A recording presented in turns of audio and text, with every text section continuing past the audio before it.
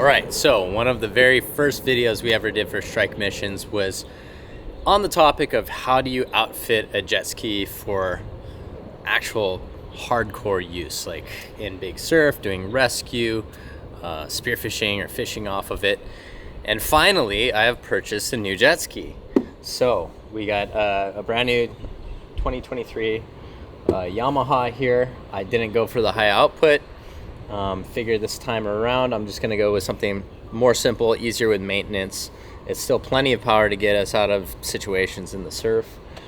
And yeah, I paid for this. I didn't get hooked up with this or anything.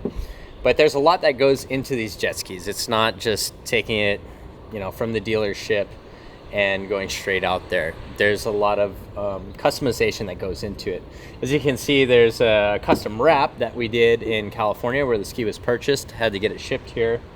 And what we're gonna do is my friend Mike Slattery from High Surf Rescue, who's always helped outfit my skis, is going to help us get all the pick points we need for the sleds, all the bells and whistles that really make a huge difference in surf. And a lot of those things also work for using the jet ski as a platform for spearfishing, free diving, and also fishing. After I'm done with Mike helping me out with all this stuff and getting the grip on it, I'm gonna put this One Hawaii pontoon or collar around it. A lot of people are doing that these days, so it's essentially just kind of like an inflatable boat material, like a Zodiac or a rib boat. And it goes around the jet ski. Some people like it, some people don't. I've found a lot of benefit in it. It does change the maneuverability of it a little bit. You can't crank as sharp of turns sometimes, but it really keeps the ski from rolling as much. It's easy to pop it back over if it does get rolled. It gives you this extra surface area to be able to sit on it. So if you ever do have to rescue somebody who's unconscious, it's really difficult and it's a lot to deal with. And to have that extra space to be able to trap somebody who is not conscious and be able to get them out of harm's way is a big deal. Even from the spearfishing side, just having that little extra stability to lean on and be able to hop up out of the water and sit on, I like a lot. So that's my reasoning there. And just wanted to take everybody through it. I've always gotten a lot of questions about this, so this should be an educational piece for you guys. Okay, so we got my brand new ski, spent the money, got it wrapped in California, Protect logos, it's looking good. What a lot of people don't know is the process in which the skis are modified, and there's a lot of modifications that go into making the ski worthy for the uses that we have, whether it's big surf or spearfishing, fishing, stuff like that. And where we're at right now is backyards near Sunset Point. This has been the nexus place of jet ski modification for big surf. Laird and Buzzy Kerbox did some of their first tow-ins right here at backyards.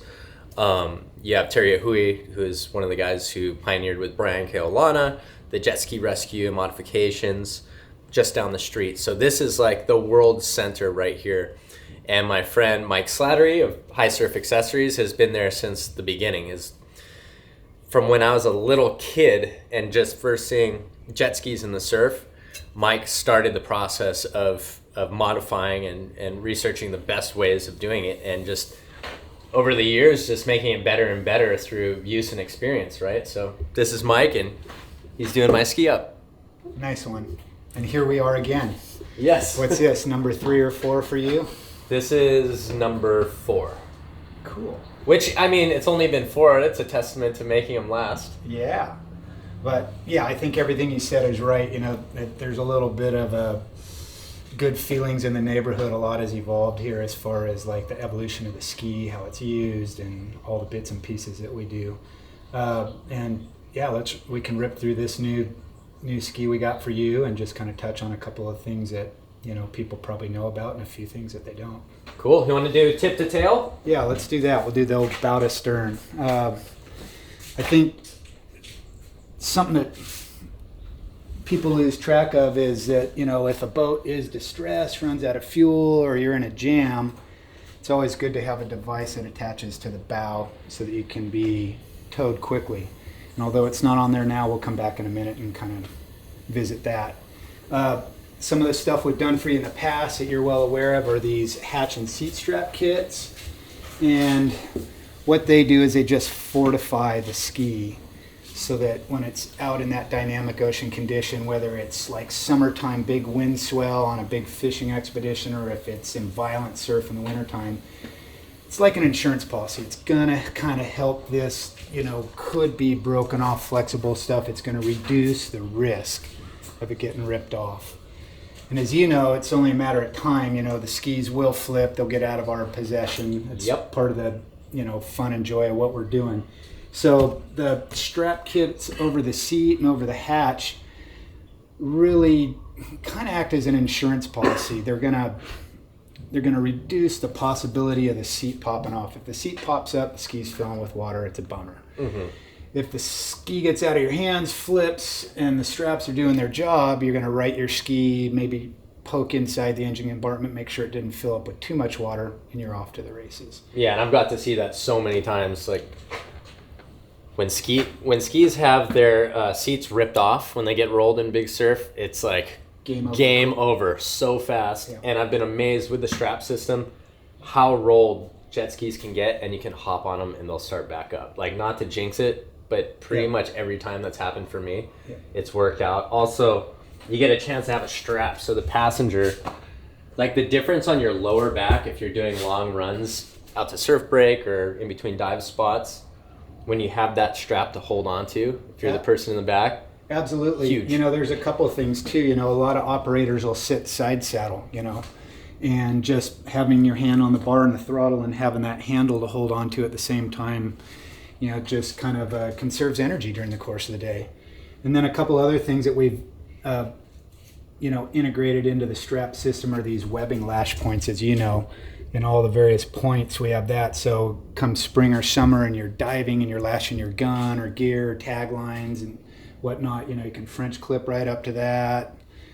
Maybe if you're doing some reef fishing, you got an anchor in the gunnel there that can attach to there. So we try and build a couple little features in.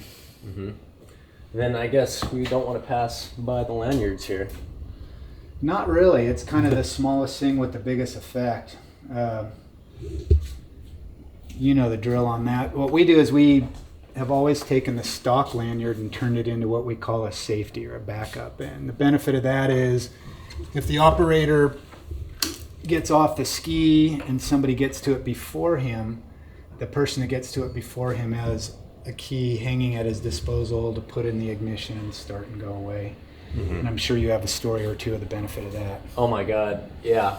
It is so difficult. If there's not one of these, I've been in many places on many jet skis and big surf in the world, and you kind of show up and it's just however the ski's rigged up is what you got for the day. And when you have like 40 feet of white water bearing down on you and you feel like a drowned rat, trying to get on, especially if you got cold fingers and hold this up while starting it and trying to run it, it's very stressful. It's like a Squid Games event or something. So it's nice to have this on.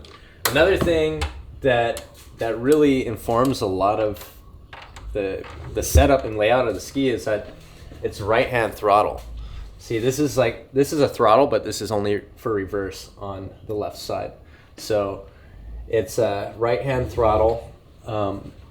And so, that dictates what hand you use to pick people up, because you want to keep your right hand on the throttle, so you're always picking people up with your left hand. And you can't pick people up and put this on your left hand, because if the person goes to reach for your arm and accidentally gets this, it kills the ski. So just having the throttle on the right-hand side informs a lot of the layout and how you approach these things. What would be next down the line here? Moving right down the line, we got this killer wrap job from the brand on there. It looks good. Something we've done in the past and we'll do on this ski too is kind of our gunnel traction kits, or what we call the grip. What that does is it takes all these hard surfaces and makes them tactile. So whether it's somebody in the water trying to make contact with the ski, or you side saddle with your feet up here on the gunnel, or doing long transits out to the buoys or the dive spots, you can twist your foot in the gunnel and have, a form of grip and cushion and so on and so forth. this color scheme, maybe the black is kind of what we want to do here. This is an example of what it looks like on the back, and although we're on the other side here, this is kind of what it'll look like tucking in over here. What do you think? Yep, I like it. And it's just so nice having the grip, and especially up here, because you'll find yourself in certain situations putting your foot on here for different things. And when you're in big surf, sometimes you have hard landings, you got to punch through a wave, and if it's slippery here and your foot goes off, man, I've just had it before on ones with no grip on this side, that you just slip down and kneecap it right there.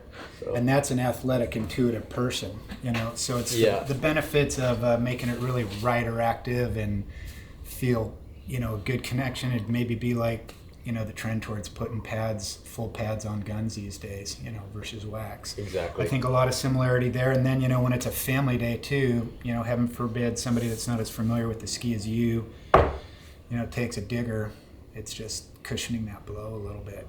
Yeah, and as well, a lot of times you're sticking surfboards, you're throwing them in the gunnel real fast, putting your leg over it to trap it in and getting out of the zone, and this just helps your boards not get beat up as much. Absolutely.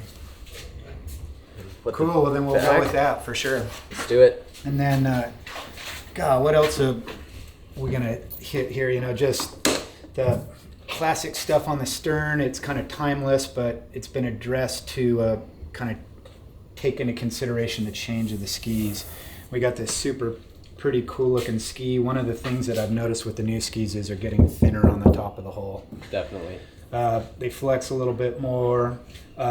So when you have a active sled riding on the back, which our skis always have, we kind of need to address some of those wear areas. So the mount kit kind of does that. And, just like before, the mount kit is 3 points of contact that make that sled kind of run precision behind the ski. And what I mean by that is kind of like, a trailer hitch and a ball. It's precision. It's not, like a wet shirt on a clothesline on a windy day flying all around, and that makes it easier for the operator to operate. It makes it more comfortable for the person on the sled, and what it does is it reduces a lot of wear and tear on the ski. So I think a combination of where it's placed and our plastic that we pre-integrate into those potential wear points, I think you'll be tight. Yep. I think you'll be good. And I really agree with you that it's something that not a lot of people spend the time to kind of really dial in. It's a bit scary to just drill a bunch of holes in a brand new jet ski. But the way the sled is mounted and how much tension you decide to have on these bungees. So here's the matching 3 points of contact for the sled. I go here. Man, it makes a giant difference on the maneuverability and how this, it feels like a different ski that you're operating. If, it's too loose here and it allows it to stretch and kind of dig on one side. I always appreciate hearing that from anybody, let alone you. And the fact of the matter is, as a business, we deal with, a different landscape. And what I mean by that is a different ski all the time. But one thing that is imperative is reducing a lot of extraneous movement back there. I mean, the ski in the water and the fact that it's attached the way it is, there's already a subtle amount of movement. And without this stuff in kind of a good, and when I mean stuff, I mean the mount kit, the 3 points of contact. Without them in a good area, you're kind of inhibiting your performance, for lack of better terms. Might even be, an analogy like, not a well-waxed surfboard. It's like you got a fraction of grip and tactile, but not what you need. And by having it in those places, you're reducing wear and tear. It's operating more precision so that when you're in a precarious position, you don't have the tail wagging the dog, might be the it's a perfect way to put it, because a lot of times when it's not uncommon to pick somebody up and be just running last minute and have the whitewater almost overtaking you. And when you got your sled kind of like not super tight and balanced, that whitewater grabs the sled and just will just flip you. Mm-hmm. You think you're all good, like, oh, I've done this a million times. It just goes woof. Next thing you know, the guy that you grabbed and yourself is just getting rolled. So I have an appreciation for that. Yeah, and I think a lot of it's just people not being informed. You know, they're just like, oh, you know, they've seen this refinement from all the brands and people's ideas, and but the devil's in the details, and this is one that we really promote as a company. You know, just mount kit strategically located so that you get that good interface between the two products. Yeah, and along the lines of like those little details that you'd never figure out unless you spend a lot of time on a ski is this tab here, to avoid the dreaded rat trap. So being rat trapped is basically, so this sled is on here. Let's take a moment. We'll just throw the sled up for kind of an example here. I've been rat trapped many times. I know a couple of people who've lost their teeth getting rat trapped. So basically what can happen, especially when you're going over, like just cruising over a wave that's cresting and almost breaking. For just a second. Cool, that'll hold it for us if we can let it down from there. And you're coming up over, so the tail lifts out on the front side of the wave as you're coming over, and the wind catches it and blows this sled, and it'll go whang, like really hard. And you never see it coming because you're just like looking at going over the wave, and next thing you know, boom, this thing just hits you in the back of the head. It's unpleasant. So there's a couple of different ways you could do this. Some people attach it on the bottom. That changes the way the jet ski rides. It's probably not my preference. I like it to have a little give.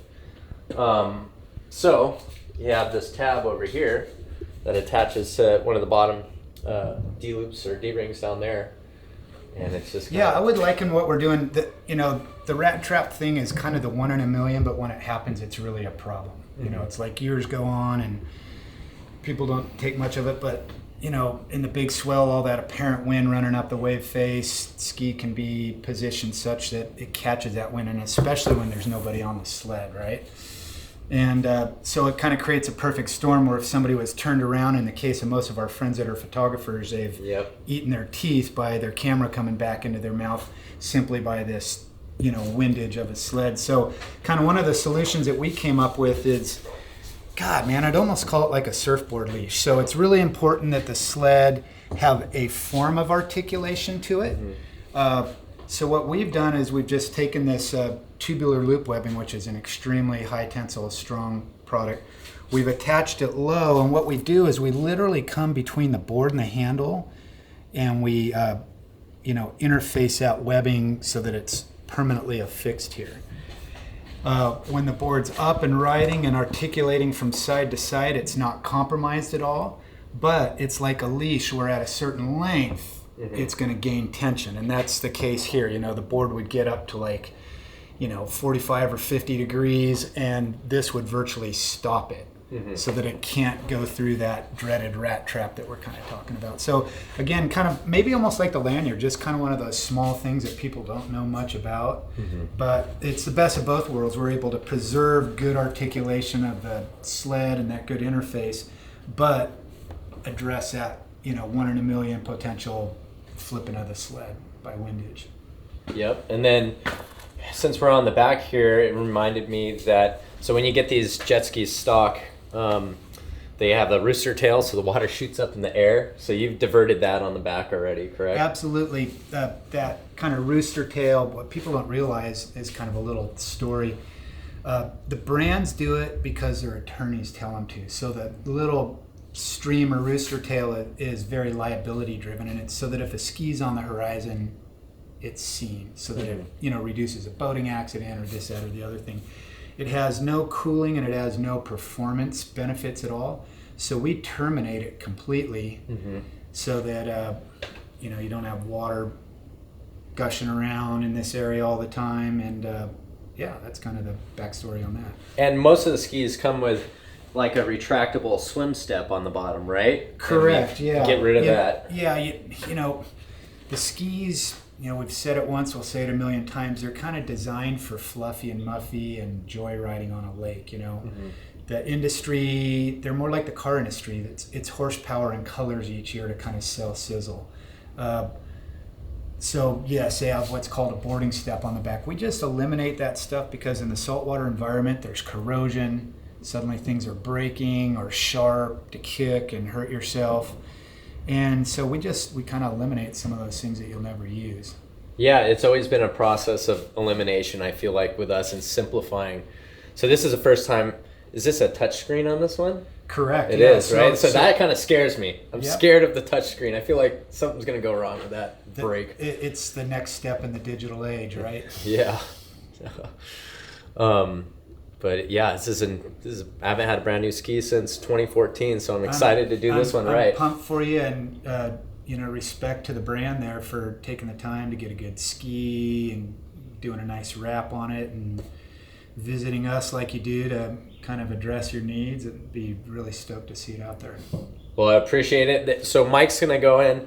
He's gonna do all these mods, and then I have one last mod to do. I have a jet ski collar that I'm gonna have installed, so that's gonna be inflatable and go all the way around the jet ski, and then it's gonna be into break-in period, and it'll be ready to go. Hopefully the swell turns on starting end of the year. Thanks, Mike. Yeah, my pleasure. Ow.